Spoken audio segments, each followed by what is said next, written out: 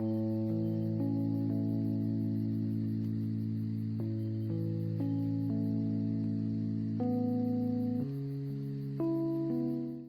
up, guys?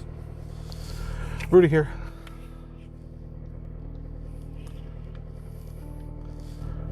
With a PSA, my PSA for 2024. We're gonna start with this year correct and the right path. And the way we're gonna do that is gonna encompass everything I've talked about so far. And I'm gonna start with a PSA, just to let y'all know that your house is on fire. And I'm the guy trying to show you where the exit is. And a lot of y'all won't listen, and that's fine. Like, I get it. I was told many, many times about forgiveness and how it would free you from this bondage. It'll free you from the rock on your back. And it's hard to believe when you just hear a guy talking about it, a guy on the internet just talking. That's all he does, right? There he goes, talking about women, talking about forgiveness, talking about Jesus. It's like, who the hell is this guy? Why am I even sub to this dude anymore? And then you unsub. It seems like every time, it's so funny. Like, I called it ahead of time, that last video. I'm gonna lose at least 1 or 2 subscribers, and lo and behold, I lost a subscriber, which is cool. I mean, I wish them the best. A lot of people don't like it. Like, the vibrations start, right? As soon as they hear about women, it's like, oh no, I'm a woman, or my mother was a woman, etc. Or I identify as a woman, and I really have a set of balls, or whatever.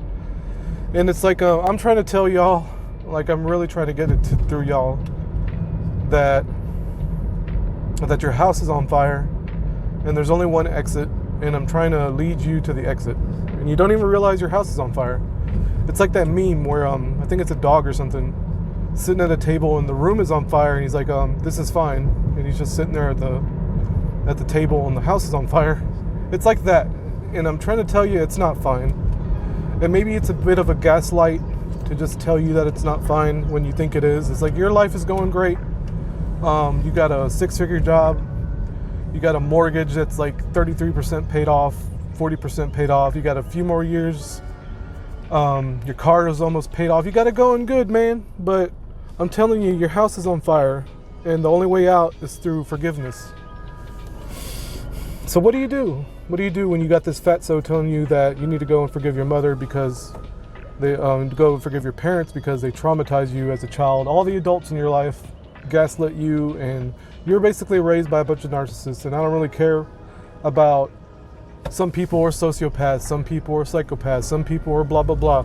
Like, no, all people are covert narcissists. I guarantee it, because it's like, I watch a lot of videos where they talk about narcissists, and it's like everybody I know fits the bill to at least 1 or 2 bullet points. And especially the people in your life that raised you, you're gonna encounter at least one narcissist that just fits the definition, to a T.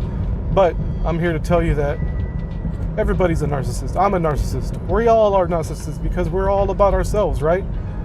And through that selfishness, we help others, we raise our families, we have conversations, we debate, we share ideas, all because we're selfish little shits.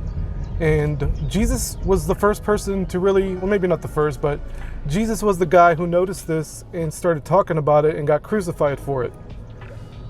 And to me, that's very telling, when he's the guy who pointed out all the mess, pointed out all the nonsense, and he got crucified for it. And it's like, everybody needs to just realize these things about themselves. Like, you're a narcissist, I'm a narcissist, everybody's a narcissist. I'm handing them out, man. I got a card full of I got a deck of cards that says narcissist on it. I'm just handing them out, because everyone's guilty of this, especially your parents. Golly. I mean, they brought you into this world because they had a twinkle in their eyes, right? You know that saying where your daddy looked at your mother with a twinkle in his eyes, and really he was just having some naughty thoughts. He wanted to get his rocks off, and here you are. You didn't ask to be here. I didn't ask to be here. What the fuck, right? So like I'm saying, like, your house is on fire, man. and trying to put it out is just don't let it burn, but just get out of the house, let it burn, and start over. And it's scary, right? It's scary to look in the mirror and realize that you're not there, like you don't see a reflection, and that scares a lot of people, because once they realize, they get the intimation when they start realizing all these things about their parents and all the adults in their life and their teachers and all the authority figures in their life are gaslighting them or just fucking them up beyond recognition. And then they look in the mirror and they see a glimpse of nothing, and they're like, oh no, am I really nothing? They go back to their nonsense. They go right back into the house that's on fire. And it's like, you can't. And it is scary, because I'm telling you, man, once your eyes are open, you can't close them. You can't. The way I see the world, it's like these people and all their bullshit. And you know what's funny? We had there's a girl, there's a lady who stops by a lot. She works at the ambulance company. So she comes in, she buys like a Red Bull or a Monster or whatever, tries to make jokes and tries to make conversation. And I don't really like her, so it's like, it's whatever. It's just check out your shit and leave, please. But anyway, I'm so mean, especially to women, right? He hates women, I'm telling you. But anyway, and she comes in, she's kind of trying to horse around with me and Karina, my cashier, and she goes, all right, y'all have a good New Year's, and watch out for the meth heads, because a lot of meth heads around there, you know? And Karina and I had the exact same thought at the exact same time. We both looked at each other and said, I'd rather deal with the crackheads than deal with like normal people. And I mean it. It's like, when it comes to meth heads and crackheads and drug addicts, you can tell right away what they're all about. They don't hide their nonsense. The scary people are the normal people, because they walk around with all of their bullshit attached to them, and you just have no idea when they're going to snap. You have no idea what they're going to do, what they're going to say. You just don't know. And when a meth head comes in, I'd rather deal with that than deal with some fucking normie dickhead coming in and doing whatever, because you just never know with these people, man. And that's sad, that I'd rather deal with legit drug addicts than deal with like normal people. And I'm almost like grateful that they're on drugs, because I get to see all the mess on the outside. Like, thank you for taking drugs and coming into my store, because I'd rather deal with you than just deal with these normal people, quote unquote, these Christians. I'd rather deal with them. And that's why Jesus hung out with all the drug addicts. Maybe not the drug addicts, but he hung out with the prostitute. You know, he hung out with Mary Magdalene and all that good stuff. He hung out with the vagabonds and the murderers, and his words were for them.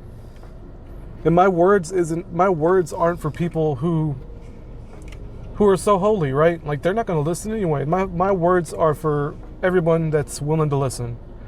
Like with that dream, and the dream I had about the little baby duck, the little female duck who had questions of, what do women matter? And I told her no, and I explained it to her without worrying about what the crowd meant, what the crowd was going to do to me. I was speaking to that one person, that one little duck who had questions about life, who didn't understand life or whatever the dream meant. It's like, people like that is who my message is for. But I'm telling all of y'all, like, I'm telling the crowd that your house is on fire, and I'm trying to show you where the exit is. And maybe it's not my place to try to show you where the exit is, but who else is going to do it?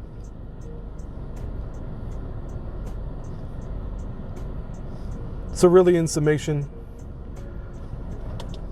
you know, watch that video where I talked about enlightenment and I talked about my story, because I summed it up so clearly in that, in my opinion, where you just realize that you're a product of the world, product of this material, and product of your mother, and your mother's ideologies, and her spirit is inside you still, controlling your every action. You don't have free will. There is no free will. Free will is a complete illusion. Even when your eyes are open and you've forgiven and you've returned to your Father up in heaven, there's still no free will, because you're still being controlled by these lingering spirits. You're not completely released, and it's just an ongoing process of examination, like self-reflecting, you know, doing a silent prayer and just reflecting over and over and over again until you push the demons out, you push the crazy thoughts out. You're just battling with the thoughts constantly It's never ending. But I'd rather deal with that. I'd rather deal with that with the knowledge that I'm dealing with that. The knowledge of knowing, like knowing that I know. Knowing that I know that I know. I'd rather see this world for the craziness that it is than go back to what I was, because looking back to what I was is just so unbelievable. That weak, pathetic person that I was. Not to say I'm this strong macho man, right? But it's just I can't go back to that. It's impossible. Once my eyes were open, once I forgave, I couldn't go back. I saw the world. It was like instant knowledge, like the knowledge of good and evil and the knowledge of my ancestors all at once. Especially the knowledge of evil part, because I'm telling you, man, once you forgive your mother, once you confront your mother and you tell her all the bullshit she did to you, and then you go, you know, considering all that, I forgive you. It wasn't my place to judge you. You go to your mother, you say, you know, it wasn't my place to judge you. I'm sorry.